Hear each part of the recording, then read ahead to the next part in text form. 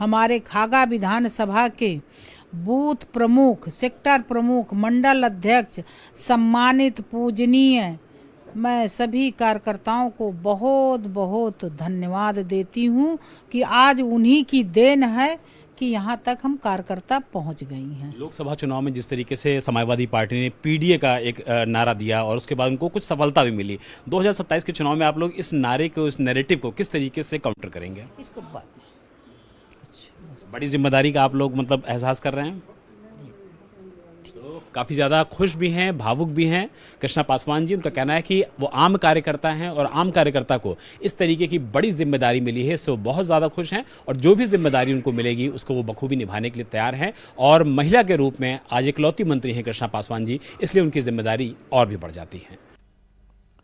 और योगी कैबिनेट के विस्तार के जरिए ब्राह्मण समाज में नाराजगी को खत्म करने की भी कोशिश हुई है। शंकराचार्य विवाद, यूजीसी के नए नियम, पुलिस भर्ती एग्जाम में पंडित शब्द को लेकर विवादित प्रश्न, ये ऐसे मुद्दे हैं जिसके चलते ब्राह्मण समाज में नाराजगी का माहौल है। सूत्रों के मुताबिक बीजेपी सरकार और संगठन की समन्वय बैठक में संघ के सह सरकारवाहक अरुण कुमार ने ब्राह्मणों की नाराजगी दूर करने के लिए कहा था और इसके लिए पार्टी ने मनोज पांडे को चुना। वो आज मंत्री पद की शपथ लेंगे। और विशाल हमारे साथ जुड़ गए हैं। विशाल, सवाल तो यही है कि ये आखिरी मौका था योगी आदित्यनाथ या उनकी सरकार के पास कि किस तरह से वो क्षेत्र को और समाज को साधें। ये जो 6 नाम आए हैं, क्या इसके जरिए उसे साधने में कामयाब रहे हैं? क्योंकि ब्राह्मण तो सिर्फ एक आया है, पीडीए से पी और डी को उन्होंने साध लिया है।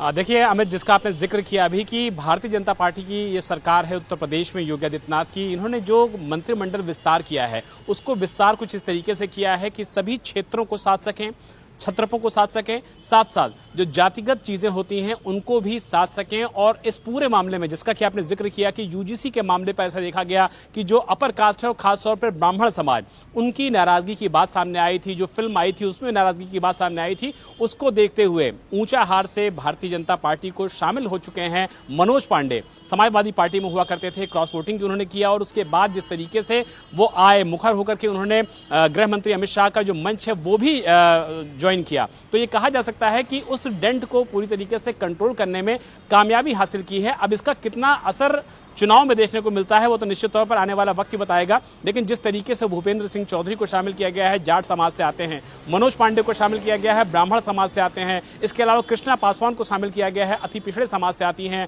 इसके अलावा हंसराज विश्वकर्मा को जो कि वाराणसी के जिला अध्यक्ष भी हैं बीजेपी के और मौजूदा एमएलसी भी हैं, उनको शामिल किया गया है। तो सभी क्षेत्रीय जो छत्रप हैं, सभी जो जाति हैं, उनका ख्याल रखते हुए पूरा जो गुलदस्ता तैयार किया है भारतीय जनता पार्टी ने 2027 के चुनाव में, यह माना जा रहा है कि इसी गुलदस्ते के जरिए भारतीय जनता पार्टी आगे बढ़ेगी और पीडीए की जो पूरी तरीके से एक नैरेटिव था पिछले लोकसभा चुनाव में, उसको काउंटर करने में कामयाब भी होगी। ऐसा भरोसा है उन मंत्रियों का जो कि आज शपथ लेने जा रहे हैं। और अमित, अपने इंडिया टीवी के दर्शकों के लिए मैं एक ब्रेकिंग इंफॉर्मेशन भी दे देता हूं। आज जो शपथ लेंगे राजभवन में, उनकी संख्या 6 नहीं बल्कि 8 होगी। 8 इस तरीके से होगी कि 2 राज्य मंत्री सोमेंद्र तोमर जो कि ऊर्जा राज्य मंत्री हैं, वो भी प्रमोट हो रहे हैं, स्वतंत्र प्रभार उनको मिल रहा है, वो भी शपथ लेंगे। इसके अलावा अजीत सिंह पाल जो कि राज्य मंत्री हैं आईटी विभाग में, साइंस एंड टेक्नोलॉजी विभाग में, उनकी भी शपथ होगी, उनको भी यहाँ पे प्रमोशन दिया जाएगा। तो जो ब्रेकिंग इंफॉर्मेशन है वो यही है कि आज 6 मंत्रियों के बजाय 8 मंत्री राजभवन में शपथ लेंगे, जिनमें 6 नए मंत्री होंगे और 2 वो मंत्री शामिल होंगे जिनमें सोमेंद्र तोमर और अजीत सिंह पाल का नाम शामिल होगा।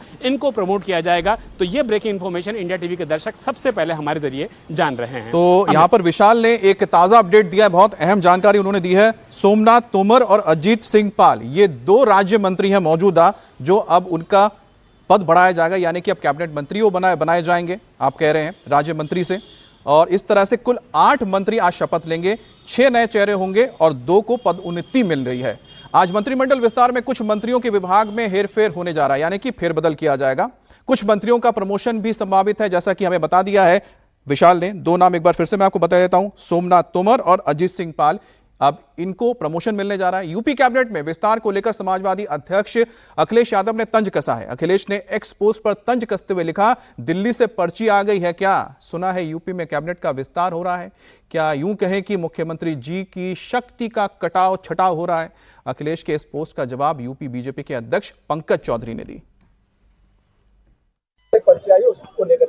दिल्ली को पर्ची आई है। दिल्ली से तो तंज कैसे मुख्यमंत्री पे दिल्ली से पर्ची आई है, क्या ऐसे मंत्री विस्तार को लेकर सवाल खड़ा कर रहे हैं? तो अखिलेश जी से पूछो ना कौन सी पर्ची आई है, हम क्या बताएंगे।